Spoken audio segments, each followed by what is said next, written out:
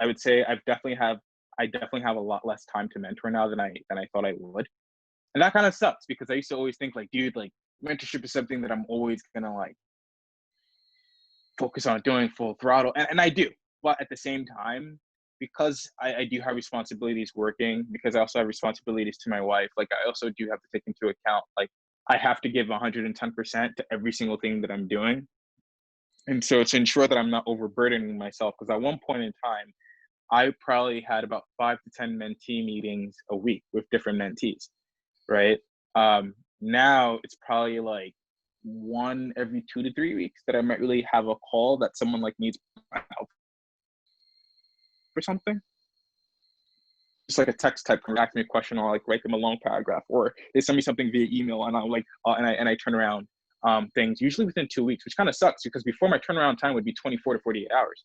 Now it's like a week to 2 weeks, and I know it's not ideal, but now I actually understand when like professionals get back to us late, and we as students we're like if you don't want to hire me, like you could have just said so. But then I realized like that's not the case, dude. Like it's nothing against you. It's just like life is real, dude. Like after college is when I start to realize, like, dude, this ain't no joke. Like we play around thinking like, because in college we don't value time. You know what I mean? We think that everybody has the same type of time that we have, and we're doing our little part-time job, our little part-time internship, or maybe a full-time job even. And we're like, but I'm able to handle it. Yeah, but you're not doing your career though.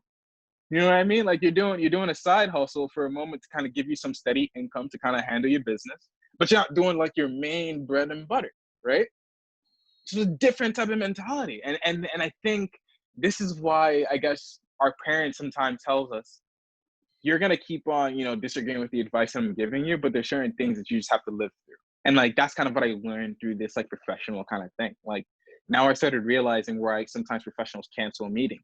I used to sometimes take it personal, like, dude, like this is our, in my head, I'd be like, dude, like this is our third time rescheduling. What the hell is going on? Like, am I just not that important? But then I realized like, no, like things come up and you still have responsibilities, right? Um, so I think that's something that kind of sucks because I have to find a way to communicate that to my mentees while also ensuring that they also feel valuable. And that's a challenge that I'm struggling with right now as of today. Because there's certain people that I need to get back to, that I want to get back to, but then I get occupied in some of these other things that take away my time. And then I realize time management is super, super important. So versus before, like I could have a conversation with someone and I would feel like the conversation isn't going anywhere, but I would still entertain the conversation because I felt that maybe somewhere through the conversation it might get better and we might really be able to get to the bread and butter of whatever the person needs. Now it's more so like the initial conversation, like if we can build rapport, great. And if we can't build rapport, then let's at least try to get to some of the questions so I can really be of better help.